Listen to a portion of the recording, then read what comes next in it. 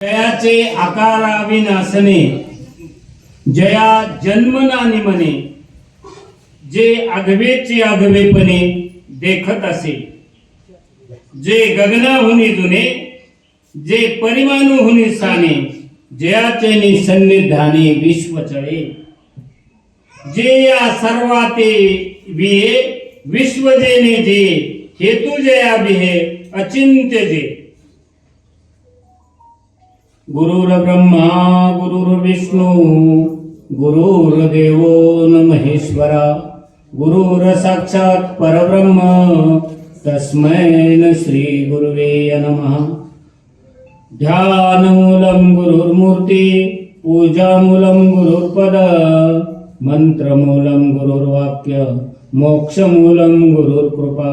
अखंडमण्डलाकारं व्याप्तेन चराचरं, तत्पददर्शितं येन तस्मै श्री गुरुवे नमः. ओम ब्रह्मानंदं परम सुखदं केवलं ज्ञानमूर्तिं, द्वन्द्वातीतं गगनसदृशं तत्त्वमस्यादिलक्षणम्, एकं नित्यं विमलमचलं सर्वादिसाक्षिभूतं, भावातीतं त्रिगुणरहितं सद्गुरुं तन्नमामि.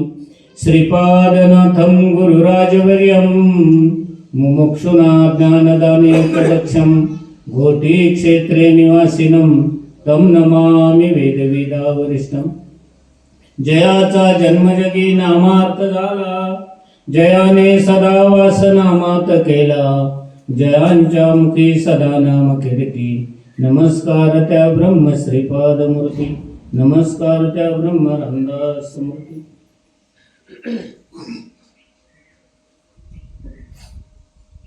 जयाचे आकाराविन असणे, जया जन्मना निमणे, जे आगवेचे आगवेपणे देखत असे, जे गगनाहुनी जुने, जे परिमाणुहुनी साने, जयाचे निसन्निधाने विश्व चळे, जे सर्वाते यावे विश्व जेने जिये, हेतु जया बिहे अचिंत्य जये.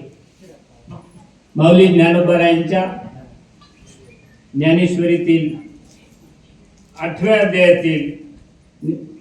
अध्यायातील 10वा श्लोक आहे.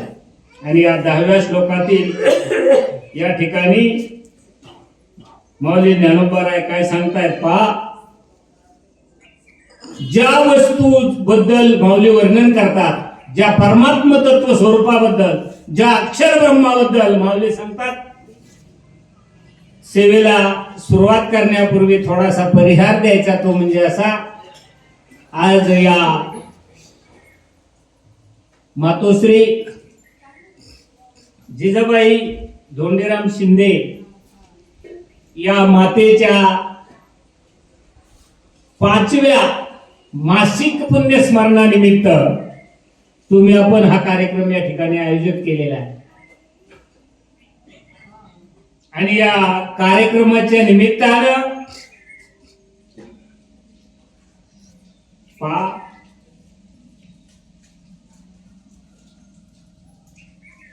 ज्यांचं पुण्यस्मरण करतो आपण या जगतामध्ये, जर तसं जर विचार केलं तर कुणाचं पुण्यस्मरण होत असतं, कोणाचं पुण्यस्मरण करतो आपण. गेले 5 महिने झाले बघा, या जिजाबाईला उपाधीच्या अनुषंगाने आपल्यातून जाऊन 5 महिने झाले. परंतु जी वस्तू आहे ती वस्तू, त्या वस्तूला जन्म नाही आणि मरण नाही. जयाचे आकारे विनाशने, जया जन्मनानी बने. ज्या गोष्टीला जन्मही नाही आणि मरणही नाही, असं तुमचं माझं प्रत्येकाचं स्वरूप असंच आहे. त्या स्वरूपाची ज्यांनी ओळख करून घेतली त्यांचं जन्म मरण संपतंय. आणि तेच आपल्याला करण्यासाठी आपण त्यांचं पुण्यस्मरण करतोय. त्यांच्या निमित्तानं तुम्हाला ज्ञानदान, अन्नदान हा कार्यक्रम गेले 5 महिन्यापासून महाराष्ट्रभर चालू आहे. नुसतं गावात नाही किंवा स्वतःच्या घरापुरता नाही, तर हा जो काही कार्यक्रम आहे त्या मातेच्या पुण्याईने उपाधीच्या अंगाने ते आपल्यामध्ये नसतील कदाचित, नाहीतच, परंतु कर्म अशा पद्धतीचं असावं माणसाचं, काय शिल्लक राहते कोणाचंही स्मरण. मी सांगतो कर्मामुळेच कर्तृत्वाला आठवून स्मरण केले जाते प्रत्येकाचं, बाकी काही शिल्लक नाही राहत कोणाचंच, तुमचं माझं काय. परंतु त्या मातेचं पुण्य एवढं श्रेष्ठ आहे की आपण 5 महिने झाले घरी तर प्रत्येक आले आपले आई वडील आपला मुलगा आपल्याकडे करत नाही, केलं तर एखादे दिवस असं एवढं मोठं कोणाचं होत नाही. होतंय? तुम्ही विचार करा, बारकाईने लक्षात घ्या. जे पुण्यात्मे असतात, जे महात्मे असतात, जे संत असतात, ज्यांना संतांची सेवा घडलेली असते, हे फुकट होत नाही पुण्य. कीर्तन प्रवचन भजन, अरे भाग्यवंता घरी भजन पूजन कोणाच्या घरी होते? कोणी पण नाही करत राजा, कोणाचं पण नाही होत. ज्यांचं होतं त्यांचं कर्म श्रेष्ठ असतं, पुण्यात्मे असतात, महात्म्यांची सेवा ज्यांना घडलेली आहे, महात्म्यांच्या संगतीमध्ये ज्यांनी आपला वेळ घालवलाय, दिवस घालवलाय, तन मन धनानं महात्म्यांची सेवा ज्यांनी केलेली आहे, अशी जिजाई, नावाप्रमाणे जिजाई होती ती. जर तुम्ही सांगितलं ना प्रवचन सोडून नुसते आठवणी सांगा, तुम्हाला इथे 4 तास पुरणार नाहीत, इतक्या आठवणी आहेत.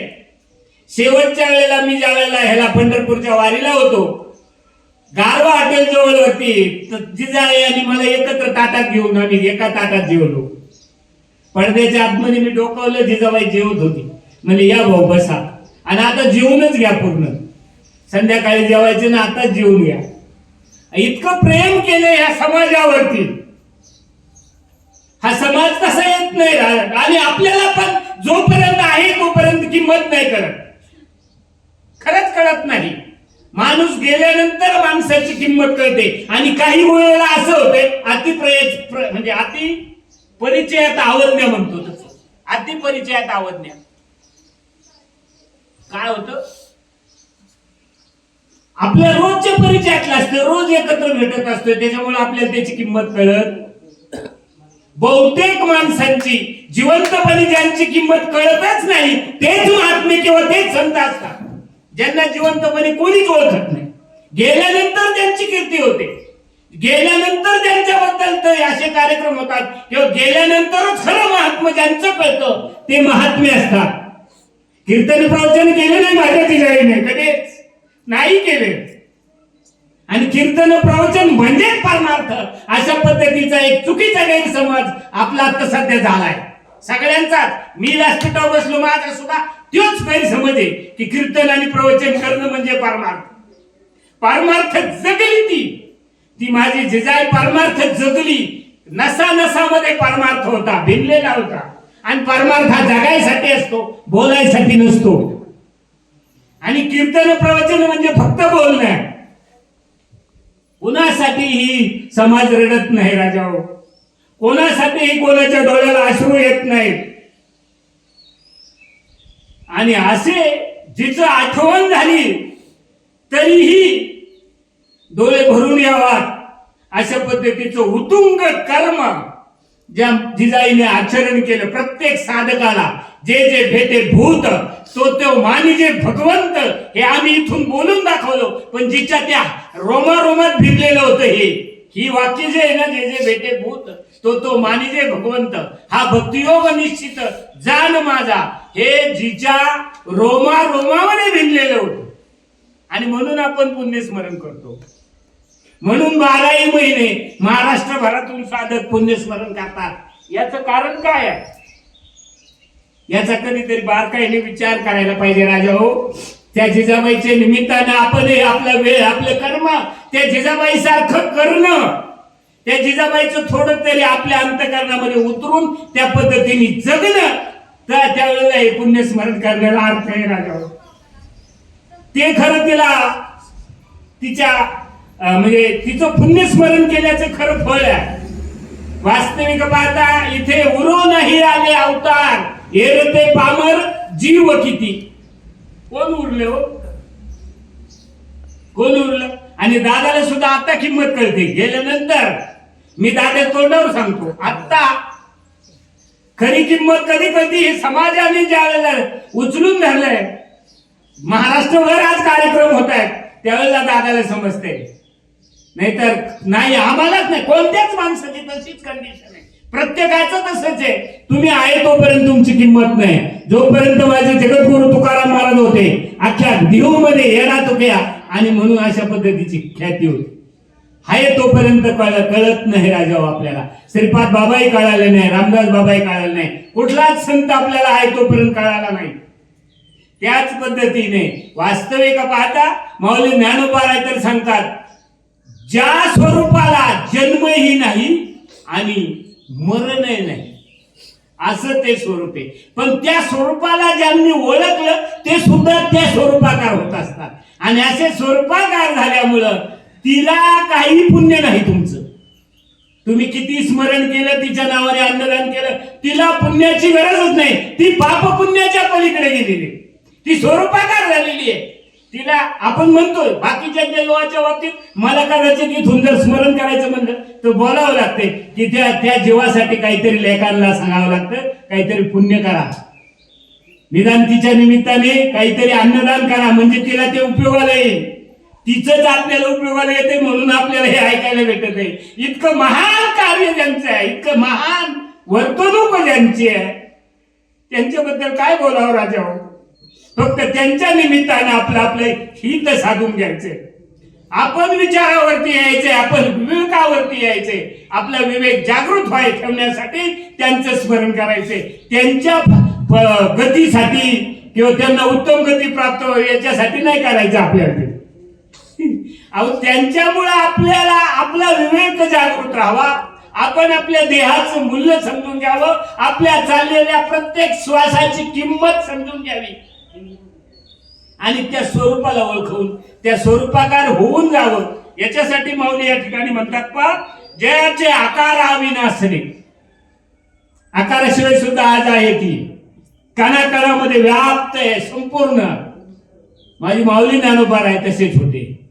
आजही जिजाबाई या ठिकाणी आहे, ओतप्रोत जी वस्तू जाऊ शकत नाही, येऊ शकत नाही, जिला जन्मही नाही आणि मरणही नाही. नैनम छिदंती शस्त्रानी नैनम दहंती पावक, जी कशानेच बाजूला होत नाही ती वस्तू आपण आहे.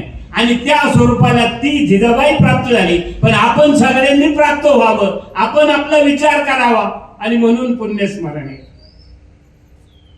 नुसतं पुण्यस्मरणाला महत्व नाही, आपण त्या विवेकावरती त्या विचारावरती आहो. आणि म्हणून माऊली ज्ञानोबा या ठिकाणी म्हणतात, जयाचे आकार अविनाशने.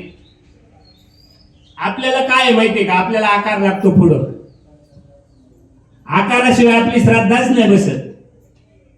आकार एक पुढा देखती तो देव येणे भावे भजती, तो विघडल्या नासला म्हणती देव.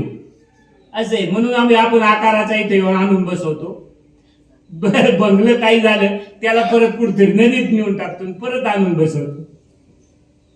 पण जे स्वरूप आपलं आहे राजा, आणि हे स्वरूप समजून घेण्यासाठी आनंद संप्रदायाचे उपकार आहे तुमच्या माझ्यावरती. आनंद संप्रदायाचं हे महान मंगल असं नाम तुमच्या माझ्यापर्यंत आलेलं आहे, जे स्वरूपावरती नेतं तुम्हाला.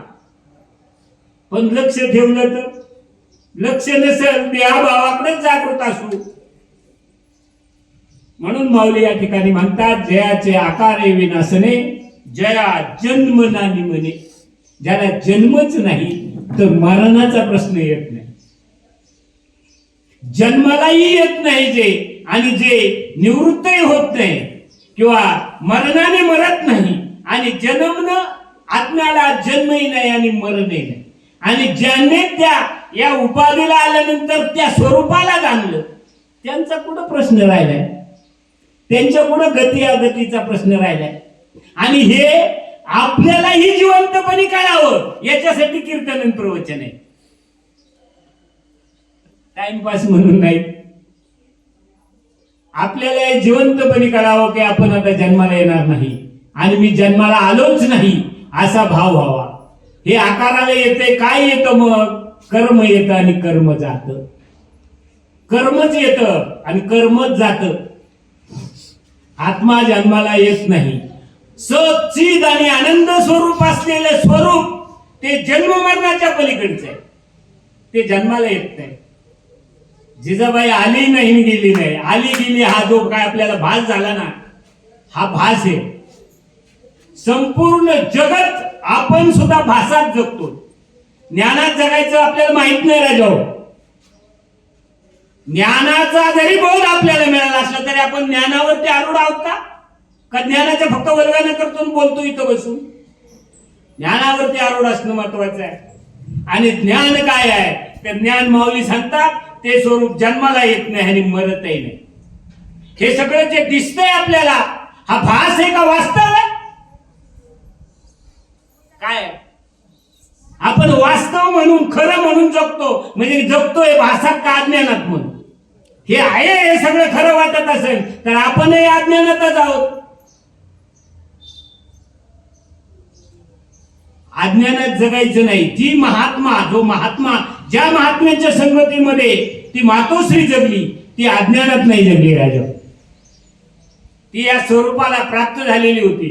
आणि म्हणूनच तिचं स्मरण करत असताना आपण आपल्या विवेकाचा जागृती करायची. तिच्या निमित्तानं आपल्याला ज्ञानदान होतंय प्रत्येक वेळेला. आणि म्हणून माऊली म्हणतात, ज्या स्वरूपाला जन्मही नाही आणि मरणही नाही, जन्म मरण मान्य, ती आली आणि गेली. कर्माचा संबंध असेल तेवढ्या पुरतं आपल्या बरोबर आहे ती.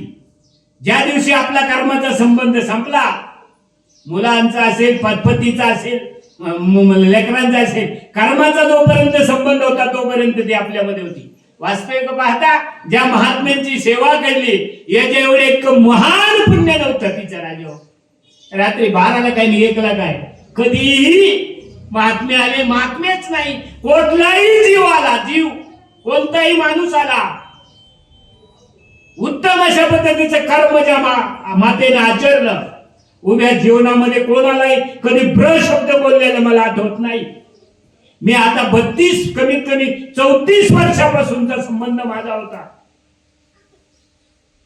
कधीही कुणालाही दादा तर एखाद वेळेला बोर्डन, हे तू बस खाली बस, पण जिजाबाईंनी माझ्या कधी ब्र शब्द नाही बोलला कोणाला.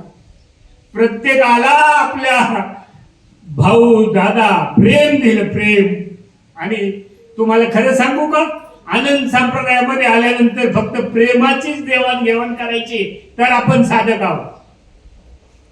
खरा तो एकची धर्म, जगाला प्रेम अर्पावे. खरं काय आहे? प्रेम असावं राजावं एकमेकाबद्दल. कोण कोणाला काही देत नाही, घेत नाही. भेटले तर जय हरी करावा, राम राम करावा, प्रेमाने एकमेकांची विचारपूस करावा. आणि प्रेमाने कसं चाललंय बाबा, आणि भेटल्यानंतर एकमेकाला तुझं कसं माझं कसं, या गप्पा मारण्यापेक्षा पारमार्थिक गप्पा मारायत राजा. वेळ परत येत नाही बरं. तुम्ही लाख समजा, आतापर्यंत गेलेलं आयुष्य तुमचं परत येणार नाही. कोट्यावधी कल्पना दिली तरी, कोटी स्वर्ग विचिता जाण न मिळे मनुष्य हिचा अर्ध क्षण.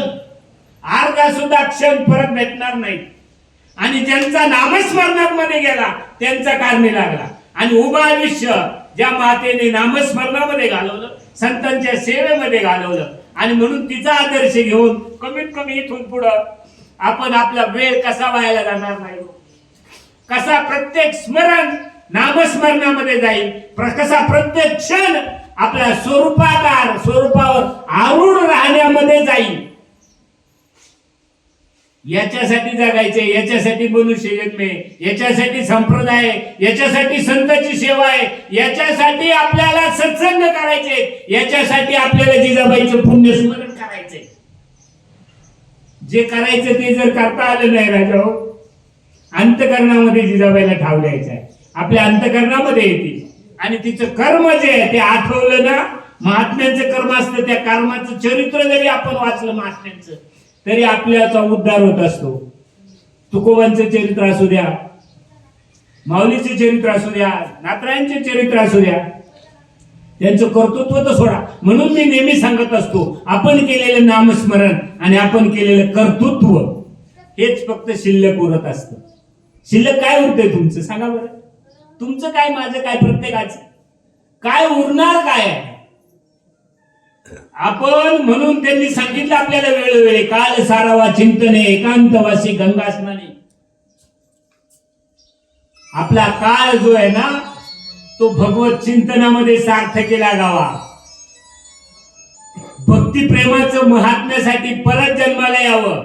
आणि जिजाबाई खरंच महान भगवत भक्त म्हणून परत जन्माला येणार आहे. ती स्वरूपात राहणार नाही. मी तुम्हाला गॅरंटीवर सांगतो. येईन मी जन्म याच्यासाठी देवा तुझी चरण सेवा साधावया. हरिनाम कीर्तन संतांचे पूजन कशासाठी परत यायचं. उपाधी जीर्ण झालीये ती टाकणारच आहे. आणि आनंदामध्ये गेली बघा. काहीच नाही, कुठलंच दुखणं नाही, भान नाही. 12-1 वाजेपर्यंत ज्यांनी आपल्या पतीची सेवा केली अखंड 1 दिवस दोघही बरोबर राहिले. पूर्ण दिवस बरोबर राहिले. आणि संध्याकाळी दवाखान्याचा सुद्धा खर्च नाही, काहीच नाही. चालता बोलता यावं. उपाधी तर टाकण्याची. तो जीर्ण वस्त्र सांडीचे मग नूतन वेडीचे तैसे देहांतरा ते स्वीकारीचे चैतन्य नाते. तू उपाधी जाणार आहे 1 दिवस. आणि कधी जाणार आहे कोणालाच माहित नाही. तिचीच काय तुमची माझी प्रत्येकाची जाणार आहे. पण ती उपाधी आहे तोपर्यंत मात्र भगवंताचं नामस्मरण उपाधीशिवाय करता येत नाही. भगवंताच्या स्वरूपाचा उपभोग स्वरूपाला उपभोगता येत नाही. आणि म्हणून उपाधीला यावं लागते. आणि उपाधीत आले, जे उपाधीला आले ना ते उपाधीतच अडकून बसले इकडे संसारातच. जे करायला पाहिजे ते बाजूलाच राहिले. ज्याच्यासाठी उपाधी दिली, ज्याच्यासाठी तो आनंद उपभोगता यावा स्वरूपाचा, त्या आनंदावर ते अखंड आरूढ राहता यावं याच्यासाठी मिळालेली उपाधी. त्या उपाधीचं मी नेहमी सांगत असतो. कर्ज काढावा, ईर खांदायला आणि पोरीचे लग्न करून मोकळं व्हावा. कधी हे फेडी ज्याच्यासाठी दिली त्याच्यासाठी जर वापरली नाही. आणि म्हणून ते भाग्यवान आहे ज्यांनी ज्याच्यासाठी घेऊन आले त्याच्यासाठीच वापरली. आणि म्हणून त्यांचं पुण्यस्मरण आहे. संतांची सेवा केली, नामस्मरण केलं अखंडपणे. दादाला वाटत असेल मी किती जरी केलं तरी दादाच्या पाठीमागे खंबीरपणे पाठीमागे कोणत्याही कर्तृत्ववान पुरुषाच्या पाठीमागे एक स्त्री उभी असते. आणि म्हणून या ठिकाणी तिचं आपण पुण्यस्मरण करत असताना आपण तिने जे काही केलेलं आहे ते आपल्या अंगीकार कसं बांधले जाईल, आपल्याला नामस्मरण कसं घडवलं. आणि कधीही कोणी भेटलं तरी मला तर कायम भेटले तरीच्याची भाऊ कसं करायचं नामस्मरण, सगळं अखंड ध्यान कसं काय ठेवायचं, प्रत्येक श्वासावर कसं लक्ष राहिलं पाहिजे आपल्याला. अशा गप्पा मारणारी ती मातोश्री होती राजा. एक मी तर मगाशीच सांगून एक आठवण जरी सांगायची म्हणली तरी तुम्हाला इथे मला रात्रभर पुरणार नाही. असो, या ठिकाणी माऊली सांगतात ते तत्व असं आहे जे तुमच्या माझ्या प्रत्येकाच्या अंतःकरणामध्ये आहे. आणि त्याच्यासाठीच तुम्हाला नामधारक बनवलंय. श्रीपाद बाबांचं नाम तुमच्यापर्यंत चालत आले ते कशासाठी, तर हे तत्व समजून घेण्यासाठी. मी देह नाही, देहाचे कर्म माझे नाही, देहाचे धर्म माझे नाही. मी चैतन्य स्वरूप आत्माराम आहे. मी सच्चिद आणि आनंद घन अशा पद्धतीचं माझं स्वरूप आहे. पंचमहाभूताचं शरीर असेल परंतु माझा जो संबंध आहे तो आनंद स्वरूप आहे. कसं आहे स्वरूप, सत्य ज्ञान अनंत गगनाचे प्रावर्ण, नाही नाम रूप वर्ण गुण जया तो हरे श्री हरी. पाहिला डोळे भरी पण कसा, असा या नजरेने पाहता आणि पाहणे दुरी सारून घ्या. प्रश्नच मिटला. आणि या स्वरूपावर ते प्रत्येकाच्या बुद्धीचा निश्चय होणं. मी जन्मणारा नाही, मी मरणारा नाही, मी जन्माला येत नाही, मी मरण पावत नाही, अशा पद्धतीचं माझं स्वरूप आहे. आणि त्या स्वरूपाचं वर्णन करताना माऊली या ठिकाणी म्हणतात जयाचे आकारा विनाशने. कसं आकाराशिवाय, आकार गेला की आपण म्हणतो गेला माणूस. कारण काय होतं, कर्म संपत, प्राणामध्ये विलीन होतो. ज्याला ज्ञान झालेलं असेल आत्मज्ञान तो स्वरूपाकार होऊन जातो, त्याला परत जन्म मरण्याचा प्रश्न राहत नाही. पण जर हे स्वरूपाकार ज्ञान जर नसल, बुद्धीचा निश्चय जर झाला नसल, तर जीवदशा शिल्लक असेल तर परत जन्माला यावं लागतं कर्माप्रमाणे. कोणाला चुकत नाही. एरवी ब्रह्मपणाचे निपटसे न चुकती पुनरावृत्तीचे वळसे. ब्रह्मदेवाला सुद्धा चुकत नाही, देवाला सुद्धा कर्म सोडत नाही, देवाला कर्म सोडत नाही. आणि म्हणून कर्म करून निष्कर्म स्थितीत राहता यावं हा आनंद संप्रदायाचा बोध. कर्म तर करायचे, निष्कर्म स्थितीत राहता यावं याच्यासाठी बोध दिलाय, याच्यासाठी नामस्मरण दिलंय, याच्यासाठी आपल्याला परमार्थ करायचा आहे, याच्यासाठी आपल्याला नरदेह मिळालाय, याच्यासाठी आपल्याला अनादिकालचं नाम मिळालंय, याच्यासाठी आपल्याला संतांची भेट झालेली आहे, याच्यासाठी आपल्याला जिजाबाईचं स्मरण करायचंय. कशासाठी? आपण आपल्या स्वरूपावर अखंड राहता यावं. जन्म नाही आणि मरणही नाही. जया जया जन्म नानी म्हणे हे आगवेचे आगवेपणे देखत असे. त्या ब्रह्मस्वरूपाच्या वस्तूबद्दल खालच्या आणखीन 2 ओळीमध्ये काय म्हणतात माऊली, की ज्याला जन्मही नाही आणि मरण नाही, जे जे कधी जन्माला येत नाही कधी मरत नाही, अशा पद्धतीचं स्वरूपाकार झालेली माझी मातोश्री. आणि तिच्या निमित्तानं या माऊलीच्या 2 ओव्यात माऊली खालच्या ओळीमध्ये म्हणतात, जे गगनाहुनी जुने जे स्वरूप आहे तुमचं माझं, प्रत्येक कणाचं, दगडाचं, मुंगीचं, प्रत्येकाचं कर्म भिन्न आहे. हो, प्रत्येकाकडे पाहत असताना कर्म विभिन्नता आहे, स्वरूपामध्ये विभिन्नता नाही. आणि हे तर कळून घेण्यासाठी मनुष्य जन्म लायक आहे. बरं का, हे कळून घेण्यासाठी मनुष्य जन्म लायक आहे. आणि माणसाचा जन्म सोडला तर हे बाकी कुणालाच कळत नाही. आणि हे कळण्यासाठी माऊली म्हणतात, जे गगनाहुनी जुने, सगळ्यात जुनं काय? आकाशापेक्षा जुनं कोणी नाही. कारण पृथ्वी, तेज, आप, वायू, गगन आणि आकाश, गगनापेक्षा म्हणजे गगन सगळ्याची उत्पत्ती त्याच्यातून आहे. गगनाचा जर विचार केला तर गगन कुठून आलं? कुठून आलं? हे पंचमहाभूताचे शरीर आहे, 5 भूत प्रत्येकामध्ये. कोणी इथं असा नाही ज्याच्यात 6वं भूत आहे. प्रत्येकाचा देह 5 भूताने एक आहे, प्रत्येकाचा आत्मा एक आहे. मग फरक कशामध्ये, भेद कशामध्ये? वास्तविक पाहता अभेद आहे. वेदांत तर सांगतो वास्तव अभेद आणि कल्पित भेद. पण हा कल्पित भेद खरा वाटतो हे अज्ञान. एवढं काढलं ना की तुम्ही स्वरूपाकार आहात. बरं, मी म्हणलो म्हणून आहेत का तुम्ही पहिलेच तसे आहात? पहिलेच तसे आहात. मी म्हणतो म्हणून नाही, पण पहिले असे आहोत हे मात्र फिट डोक्यात पाहिजे. पण आम्ही भेदातच जगतो, भेदालाच खरं मानतो. मग काय वाटते?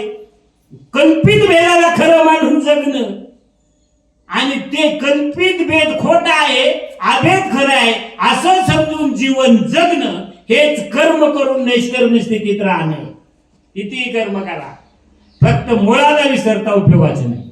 मुळाला जर विसरले तर मग का सगळं केलेलं व्यर्थ आहे. म्हणून मुळाला जाणायला पाहिजे.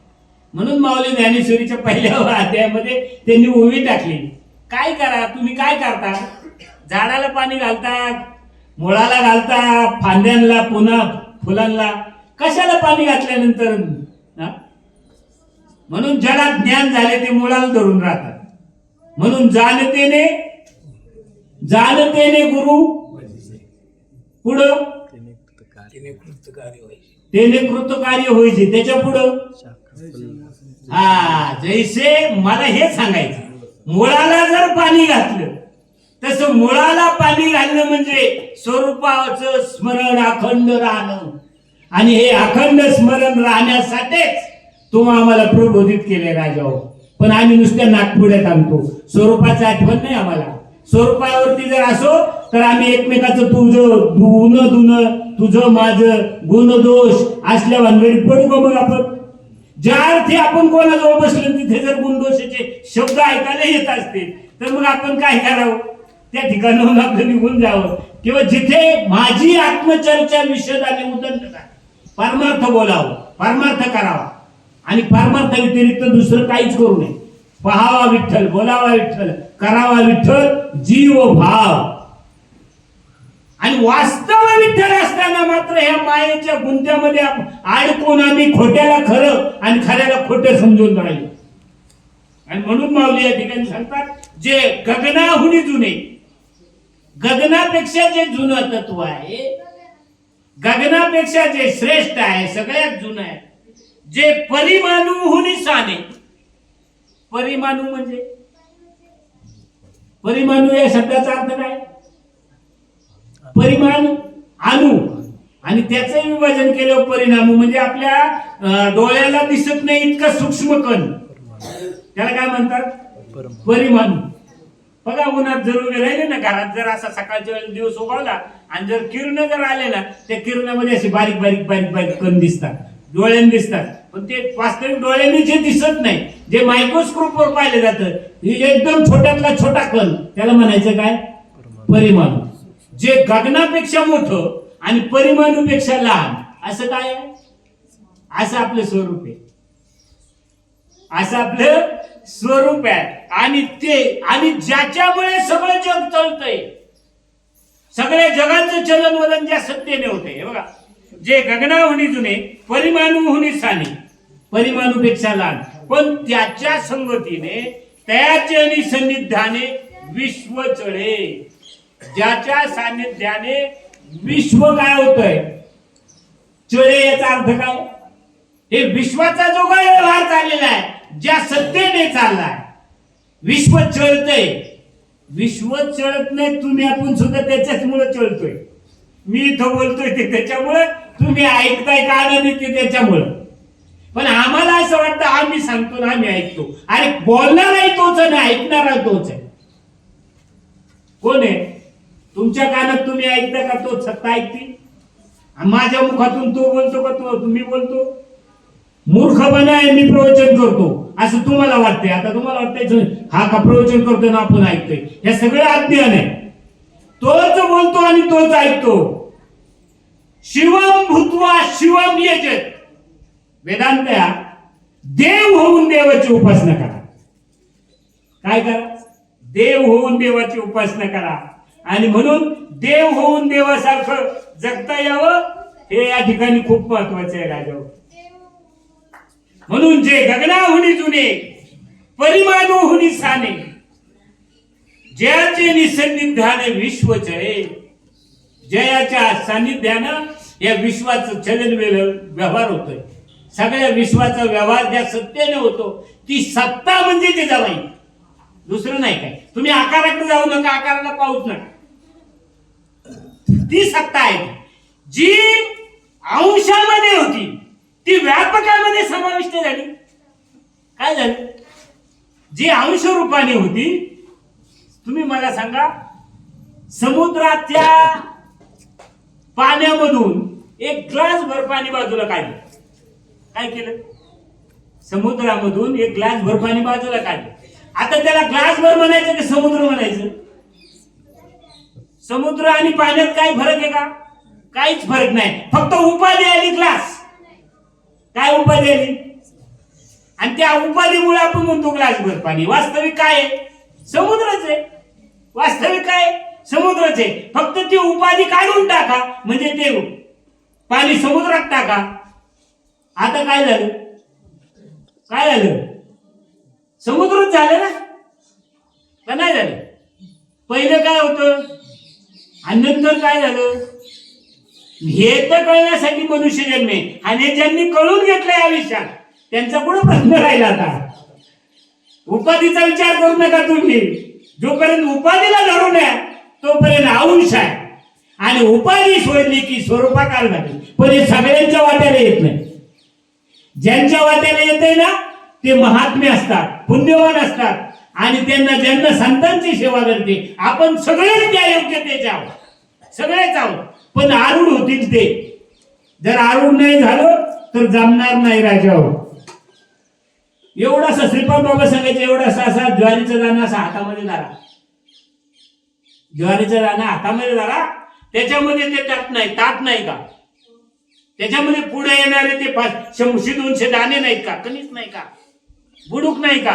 त्या ताटात, त्या ज्वारीच्या दाण्यामध्ये ते ताट आहे, बुडूक आहे, 100-200 दाणे आहेत का नाहीत? त्याच्यामध्ये नाही म्हणायची ताकद नाही. परंतु कशाने आहेत ते? नजरेने फाडून दिसणार नाही. त्याच्यासाठी काय लागतंय? तत्वाने त्याच्यामध्ये आहेत ते.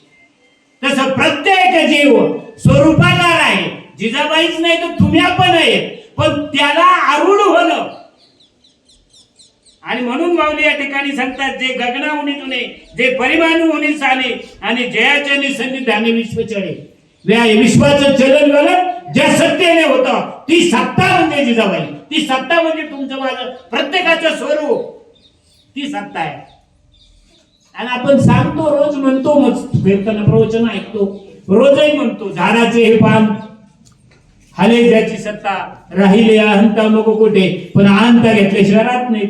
मी कीर्तनकार, मी प्रवचनकार, मी इतका परमार्थ करतो, मी तमका परमार्थ करतो, त्याच्या सत्तेने होतो, या सत्तेला विसरून जातो आणि आपलंच स्वतःचं मिळवतो. हेच सोडून देण्यासाठी परमार्थ करायचं, बाकी दुसरं काय नाही. आणि म्हणून ज्याच्या सान्निध्याने हे संपूर्ण जगाचं चलन वलन होतं, ती सत्ता म्हणजे सच्चिद आणि अनंत स्वरूपाशी सत्ता आहे. आणि त्या सत्तेला जे मिळून गेले त्यांचा प्रश्न राहत नाही. आणि म्हणून पुढची ओवी काय सांगता बघा, जे सर्वात यावे, या सगळ्या जगाचा उत्पत्ती ज्याच्यापासून झाली, सगळं जग ज्याच्यातून आलं आणि सगळं जग ज्याच्यामध्ये जातं, ते आमचं तुमचं माझं प्रत्येकाचं स्वरूप आहे. ते स्वरूप या निर्धाला आल्यानंतर जाणून घ्यायचंय. आणि म्हणून माऊली म्हणते, जे सर्वात यावे विश्व जेने जे, हेतू जयावे हे अचिंत्य जय. अचिंत्य या शब्दाचा अर्थ आहे ज्या स्वरूपाबद्दल कसलं चिंतन करता येत नाही. ज्या स्वरूप फक्त ते आहे का नाही, तर ते दोन्ही खोटं त्याच्याजवळ ठरतं. आहे म्हणून जायचे, नाही नाही म्हणून जायचे तरी विश्वाकारे देखीजे. आणि आहे म्हणून जायचे, नाही म्हणून जायचे तरी विश्वाकारे देखीजे. आणि विश्वचे ते ऐसे म्हणिले तरी ते माया. हे विश्वच ब्रह्म आहे असं म्हणताना तर परत चुकलं. विश्वामध्ये ते ओतप्रोते, पण ज्याच्यात विश्वाचा संबंध नाही, असं ते चैतन्य स्वरूप आहे. या उपाधीमध्ये ते ओतप्रोते, या उपाधीमध्ये तुमच्या माझ्या प्रत्येकाच्या या उपाधीमध्ये ते ओतप्रोते, पण त्याच्यामध्ये उपाधीचा काही मात्रही संबंध नाही, असं ते. या उपाधी माझी गुप्त, चैतन्याचे सर्वगत, ते तत्वज्ञ संत स्वीकारिते. अशा तत्वाला पोहोचले जे जिवंतपणे, त्यांना कुठं गती अगती कुठला प्रश्न राहिला, त्यांचा विषय त्यांनी एकरूप करून घेतला जिवंत असताना. आणि हा प्रत्येकाने करता येतो, प्रत्येकाला करण्याची अधिकार आहे, योग्यता आहे. पण आपल्याला मिळालेला, उपाधीला मिळालेला क्षण आपला कामाला लागला पाहिजे. क्षण न क्षण आपला त्या अचिंत्य स्वरूपाचं आपल्याला स्मरण असलं पाहिजे. अचिंत्य आहे, त्याच्याबद्दल चिंतन नाही करू शकत तुम्ही. आपण चिंतन करून आपल्याला उपाधीचा भाग करायचा आहे, स्वरूपाची उत्पत्ती नाही करायची, किंवा स्वरूपाबद्दलचा कसलाच विचार नाही करायचा. ते आहे आणि नाही याच्या पलीकडेच आहे. ते ज्ञान आणि अज्ञान याच्याही पलीकडचं आहे. ज्ञान वृत्ती आहे, अज्ञान ही सुद्धा एक वृत्ती आहे, अज्ञान ही सुद्धा एक वृत्ती आहे. सामान्य आणि विशेष काय झालंय, अज्ञान जे आहे ना, सामान्य ज्ञान अज्ञानाचं विरोधक नाही, म्हणून विशेष ज्ञान व्हावं. म्हणून काय व्हावं, विशेष ज्ञान व्हावं. पण विशेष ज्ञान जर शिल्लक राहिलं तर आणखीन खूप वाट आहे. अज्ञान परवडलं, पण विशेष ज्ञान अतिशय धोकादायक. म्हणून सामान्य आणि विशेष याच्या पलीकडे जाऊन आपण काय व्हायला पाहिजे, स्वरूपाकार झालं पाहिजे. राजाभाऊ, कीर्तन प्रवचन हा सत्वगुणाचा भाग आहे, हा परमार्थ नाहीये. तुम्हाला सांगणार नाही कोणी असं. कीर्तन प्रवचन हा सत्वगुणाचा भाग आहे, हा परमार्थ नाही. पण कीर्तन प्रवचनामुळं रजोगुणाने तमोगुण बाद होतो आणि सत्वगुणाने परमार्थ घडत असतो. पण परमार्थ घडत असताना, परमार्थ करण्यासाठी होत असताना आपण स्वरूपाकार होण्यासाठी परमार्थ करावा, नाही तर सत्वगुणात अडकला तर मग मात्र परमार्थही बुडाला. म्हणून आपण सावध राहा. आपण नेहमी त्या प्रबोधाच्या माध्यमातून अखंड चिंतन विठोबाचे. काय असं प्रेम आपल्याला दिलंय, असं नाम आपल्याला दिलंय, असं आपलं भाग्य मोठं आहे की आपल्याला आनंद संप्रदायाच्या मार्फत स्वरूपाचा साक्षात्कार झालेला आहे. आणि त्या साक्षात्कारावरती आरूढ कसं राहायचं याच्यासाठी तुम्हाला प्रबोध पण दिलेला आहे. प्रबोध या शब्दाचाच अर्थ आहे स्वरूपात जागा. मला जास्त लांबले त्याचा उल्लेख करत बसायचा नाही. जो स्वरूपात अखंड लागा तो प्रबोधित आहे. प्रबोधित घेतलाय करतोय तरी देहभाव जात नाही, द्वैत मिटत नाही, भेदातलं बुद्धी जात नाही, भेदाच्या पलीकडे नजर जात नाही आणि प्रबोधित आहे, त्याचा काही उपयोग नाही. तुम्ही काही म्हणा मला, गतीभर मला तुम्ही काही म्हणा, पण प्रबोध याचा अर्थच आहे भेदाच्या पलीकडे जाणं, अखंड स्वरूपात जागृती असणं म्हणजे प्रबोध. प्रबोध म्हणजे नुसतं बोलायचं नाही, म्हणायचं बोलायचं काम नाही. कारण इथे माऊली सांगतात की माऊली स्पष्ट सांगतात येतात अचिंत्य आहे, याच्याबद्दल चिंतन करता येत नाही आणि कोणीच केलेलं नाही आतापर्यंत. मग आपण काय करायचं, आपलं हित करून घ्यायचंय. आपण त्या नामस्मरणाच्या आणि करा, जरी तुम्हाला जरी काही नसेल ना तरी करा, कसलंही नाम करा, कुठलंही करा, वाचेचं करा ना. मग नाही जमत तर वाचेने म्हणा, ओम नमो भगवते वासुदेवाय म्हणा, काही म्हणा, पण कर्म आणि उपासना घडली पाहिजे. हा देहाकडून उपासना जर घडली तर ती कमीत कमी आपल्याला हळूहळू का ना स्वरूपाकडे घेऊन जाईल ना. काहीच व्हायला जाणार नाही राजाओ. एकदम नाही मिळवला का हात काढताला तरी पण हळूहळू ढाळे ढाळे. काही पक्षी असतात ते डायरेक्ट उडतात आणि फळाला जातात, काही आपल्या हळूहळू पिपलिका. आणि म्हणून आपल्याला एवढा मोठा मार्ग मिळालाय, एवढं मोठं आपल्याला साधन मिळाले, ज्या साधनाबद्दल मी बोलू शकत नाही राजाओ. आणि सगळं जरी केलं तरी भगवंताची भाव भक्ती आणि प्रेम तुम्हाला आनंद संप्रदाय सोडून कुठं भेटणार नाही. जग धोंडा तुम्ही, जग विश्व धोंडा, भाव प्रेम आणि भक्ती. आणि एवढं ज्या व्यासाने केलं त्यालाही शेवटी प्रेम आणि भक्ती भगवंताचं गुणानुवाद करावं लागलं. आपल्याला मिळालेला नरदेह आपण प्रत्येक नामामध्ये स्मरणामध्ये घालवण्याचा प्रयत्न करा. माझ्याकडे वेळ संपत आलेला आहे, 5 मिनिटाचा वेळ आहे आणि पहिले 5-7 मिनिटं मी लेट झालो. माझ्या जीवनामध्ये आयुष्यात पहिल्यांदा असं झाले, मी 10 मिनिटं कधीही हजर असतो अगोदर, परंतु माझ्याकडून यावेळेस पहिल्यांदा जीवनामध्ये असं घडलं की मला 5-7 मिनिटं उशीर झाले. असो तरी मी जास्त वेळ घेणार नाही, 5 मिनिटामध्ये आपण आपल्या या ठिकाणी कार्यक्रम सुरू करू. बघा, जे सर्वात सगळं जग ज्याच्यातून येतं आणि सगळं जग परत ज्या स्वरूपामध्ये जातं, विश्व जेने जिये, आपण जिवंत आहोत किंवा हे सगळं विश्वाचं चलनवलन ज्या सत्तेने होतं, विश्व जगतं, आपण जगतो नाही. आपण तर जगतोय त्या सत्तेने, पण विश्व सुद्धा जगतोय ज्या सत्तेने. ती सत्ता म्हणजे भगवंत आहे, ती सत्ता म्हणजे तुमचं माझं स्वरूप आहे. आणि तुम्ही मानलं आणि नाही मानलं तरी ते आहे तसंच आहे. तुम्ही मानलं तर फायदा तुमचा आहे, तिला जर ओळखलं तर तुमचं जन्मवरण सांगणार आहे. आणि त्या सत्तेला जर नाही ओळखलं आणि जीवनभर या उपाधीत जरी कुजत बसलो आणि जर त्या सत्तेला नाही ओळखलं, आलेलं जीवन फुकट घालवलं तर काही उपयोग होणार नाही. नाहीतरी काय थोडी, अरे लवाराचा भाता सुद्धा श्वासोश्वास करतो रे. नुसतं श्वासोश्वास चालणं म्हणजे जिवंत राहणं आहे का? लवाराचा भाता माहितीये का, ते पहिलं असं होतं, असं खालीवर वाढायचे आणि त्याच्यावरती ते तापवायचे. त्याचा श्वासोश्वास चालत नाही, ते आत घेते बाहेर सोडते, आत घेते बाहेर सोडते, चालू आहे त्याचा. पण तसं जर या भात्याचा नुसता जर तो याचा जर नुसता श्वासोश्वास चालू असेल आणि त्याला आम्ही जिवंत राहणं समजत असून तर असलं जीवन नसलेलं बरं. नाहीतरी काय थोडी श्वान सुपुरी बापुडी. आपल्या स्वरूपाला जागृत राहावं, स्वरूपाला ओळखावं. आणि म्हणून माऊली म्हणतात की विश्व ज्याच्यामुळे आपण जिवंत आहोत, ज्याच्यामुळे हे सगळं विश्व जिवंत आहे. आणि हेतू जे आहे अहेतुक, हेतूनी नाही, हेतू जे आहे अचिंत्य जे, असं जे माझ्या आईचं जिजाबाईचं स्वरूप आहे. काय सांगावं, तिच्या स्वरूपाबद्दल वर्णन करता येत नाही, ज्या स्वरूपाबद्दल बोलता येत नाही. म्हणून कर्म उरत असतं, कर्म शिल्लक राहत असतं. मी मगाशी सांगून गेलो, तिच्याबद्दलचे खूप आठवणी सांगता येतील, परंतु हे कुणाचंही होत नाही राजाओ. जे महात्मे असतात, जे या ठिकाणी ते तिच्या निमित्ताने आम्हाला या ठिकाणी संत संघ घडतोय, संतांचा वैष्णव मेळावा होतोय. आणि याची संकल्पना पहिली आमच्या शालिग्राम महाराज खांडांनी बोलून दाखवली.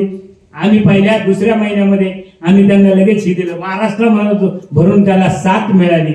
आणि म्हणून आज त्या मातुश्रीचं पुण्यस्मरण आहे 5वं. आणि त्या पुण्यस्मरणानिमित्त तुम्हासारख्या वयोवृद्ध ज्ञानवृद्ध मंडळींचं दर्शन भेटले. तुमच्यासारखे महात्मे माझ्या समोर या ठिकाणी ऐकायला आहेत. वास्तविक पाहता परत परिहार देऊ नये हे माझं चुकलं काय आहे. कारण जे आहे ते सगळं तसंच आहे. माऊलीचं म्हणणं आहे, माऊलीने सांगितलंय स्वरूप, ज्या स्वरूपाला जन्मही नाही आणि मरणही नाही. म्हणून जयाचे आकारही विनाशने, जया जन्म ना निमने, ज्याला जन्मही नाही आणि निमनही नाही अशा स्वरूपाचा या ठिकाणी विचार मांडला. झालेली सेवा तुम्हा सर्व वयोवृद्ध तपोवृद्ध महात्मे मंडळी तर फार प्रवचन संपता येतात. अजून चला शेवटचा एखादा शब्द ऐकायला आलं तरी आपलं भाग्य समजायचं. अजून जय हरी, सर्वांना जय हरी. आणि या ठिकाणी माझ्या सेवेला स्वल्प विराम देतो. कुंडली कवर जय हरी विठ्ठल श्री